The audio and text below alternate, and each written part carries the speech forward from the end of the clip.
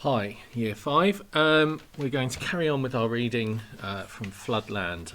If you remember, the last chapter ended with Sarah saying that there was a curfew, which meant that everybody had to return to the cathedral at night because the doors were closed by the gatekeepers.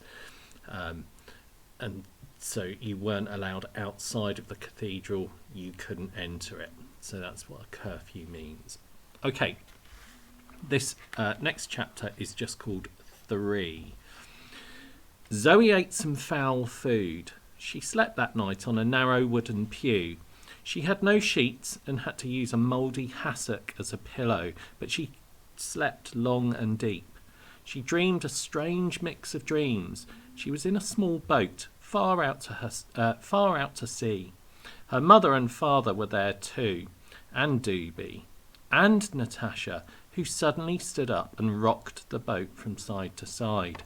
Zoe screamed at her to stop, but the boat tipped and they all fell into the huge, freezing ocean. She woke, feeling a pain in her ribs, as though someone was kicking her. Someone was kicking her. "Get up," said Spat. "I want to talk to you." He gave Zoe another prod in the ribs with his boot. "Stop it," yelled Zoe, sliding off the pew.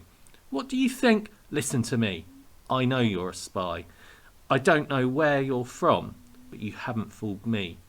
Even if Doobie thinks you're... Look, I told you, I don't know anything about cats or pigs.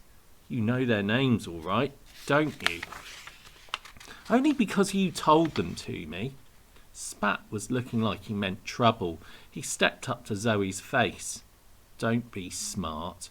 You ain't so clever. If you think you can get in his good books, then think again. I'm Doobie's eyes and ears around here, so don't get any big ideas." "Hey, don't worry. I don't want to be anybody's nose wiper." Spat hit her hard in the stomach. Zoe hadn't been ready and went down easily. She crawled away, but Spat advanced. "You little..."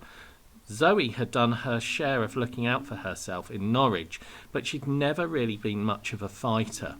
Spat went to kick her again, but Zoe swung her legs and knocked Spat's standing foot from under him. He fell.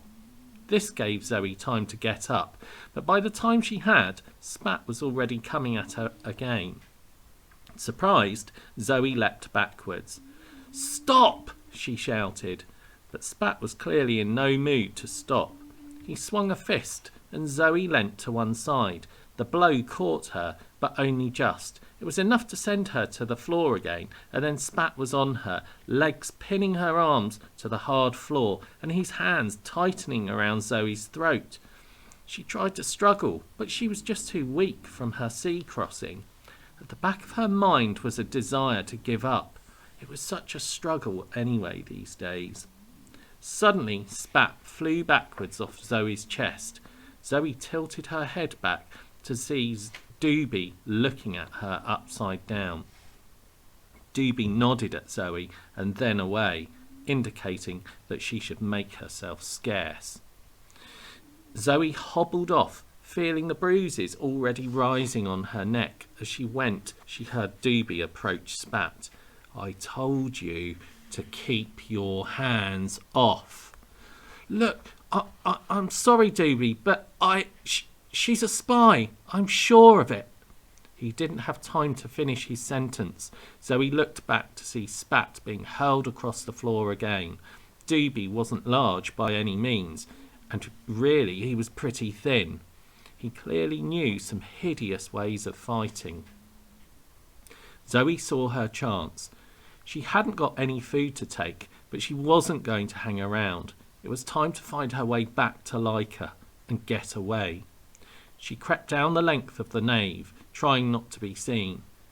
Into her mind came her dream. She was convinced she was right about Natasha. Her subconscious was telling her so, rocking the boat and drowning them. And Doobie laughing at it all, even as he went under. And her parents had just sat there, silently, and let it happen, while Zoe screamed at Natasha to sit down. They hadn't even tried to help her. Zoe reached the great front gates of the cathedral. She wasn't sure if the gatekeepers would let her past, but she nodded at them and they made no move to stop her. They seemed not to care that she was there. She passed them and was in the open-ended porch that led away from the gates. It was dark, despite the wall of daylight facing her. Strange carvings were crumbling away on the pillars on either side of her. They disturbed her slightly, and she hurried on. She was just about to step out of the porch when a voice spoke to her. "Good morning, Zoe." It was William, the old man Doobie had pointed out when she'd arrived. He was sitting in the darkness of the porch. Zoe was unsure what to do. "How do you know my name?" she asked suspiciously. He laughed. "They're all talking about you," he said. "Who?" He nodded back through the doorway. "Everyone. No one can understand why you're not dead." Zoe started to feel the fear coming at her again. "Doobie seems... well, yes, Doobie," said William. There was an uneasy silence for a while. Stupidly, Zoe felt embarrassed. She stood thinking of something to say so she could get away. The old man didn't seem as mad as Doobie had said. She'd have to be careful. "So where are you going then, Zoe?" "Nowhere," she said hurriedly. "I was just going for a walk, and anyway, you know, it smells in... No, I mean, where are you going? Where did you come from? That sort of thing." "Oh, well, you know, I'm happy to be an eel. That's fine. If Doobie says so, you know, then..." She trailed off. "But I came from Norwich." "Norwich stands trembling on the brink," said William, as if it made sense. "Oh, right," said Zoe. "Or is that on the blink? I can never remember." "Pardon?" said Zoe. "If you do decide to leave," said William. Zoe froze, trying to think of some lie to cover her intentions, but the old man went on. "Then don't try to fly, will you? There was once this monk, see, who built a pair of wings. His name was Brother Elmer. This is 1,000 years ago now I'm talking. He built some wings, like a bird. He thought he could fly. Well, he jumped off the tower, see?" Stupidly, Zoe asked, "What happened?" "Well, he died, didn't he? Off you go then." "What?" asked Zoe. Doobie was right. The old man was crazy after all. "I said, off you go, on your walk." Zoe hesitated. "Right, thanks," she said. Bye?" He didn't reply. She crept slowly out of the porch. As she went, she heard him start talking to himself. Zoe got to the corner of the porch and then ran till she had a stitch. It was a cool, misty morning. She thought she knew where she was going, but in running had lost her way. Still, the island was small. It wouldn't take her long to find Leica. All around was the smell of wetness, but Zoe was used to that.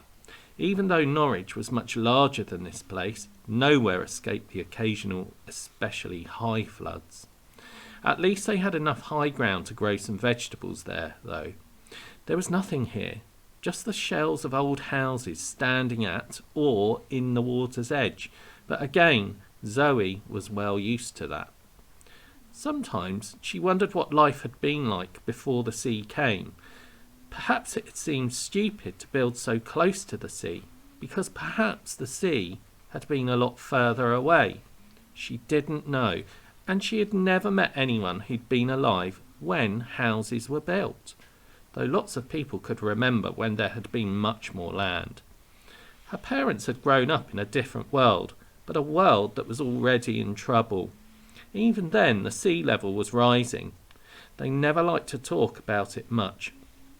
Whenever she did manage to get something out of them about the old times, they went quiet for a while afterwards. Zoe had never known those times, though the really serious flooding only started when she was a little girl. She checked round to see that no one was coming after her, then started to walk around the island. She noted the white posts rising from the sea. They had those in Norwich too, marking the sea level, keeping an eye on its latest high tide. She shuddered. She'd been right to leave Norwich. There was limited time left that it could survive, same as this place. She'd just have to take her boat and get away. She knew there was land to the west, lots of it. It was where most people had headed when the sea came, but that was long ago, and now there were no ships left on Norwich, nor anyone who would have known how to steer them. The stupid, stubborn few who stayed had slowly turned into people like those in the cathedral, scrabbling around for wild food or doing a few hours at the allotments to earn something in return. If you were lucky, you might find an old store of food in tins.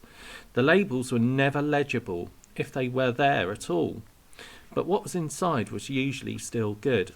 Except Zoe remembered someone she knew who'd eaten from a tin that had gone bad. It was a risk you had to take. She knew she probably didn't have much time. Someone would come looking for her soon, but her luck was in. After only 5 minutes, she suddenly recognised where she was. It was the spot where Doobie, Munchkin and Spat had jumped her. She knew her way to her boat easily now. She found the place. The boat had gone. Instantly she realised why the gatekeepers hadn't stopped her. She also knew who had her boat, and she realised too why Molly and Sarah hadn't let her out of their sight that day before. She felt angry, stupid too. The sea was all around her. Her boat was gone. There was nowhere to go. She was trapped.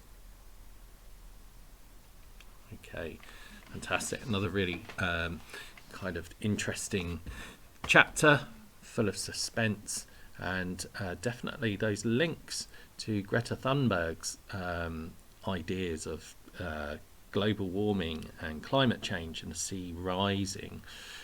Okay, brilliant guys. Hope you enjoyed that. Stay tuned for more Floodland tomorrow. Cheerio.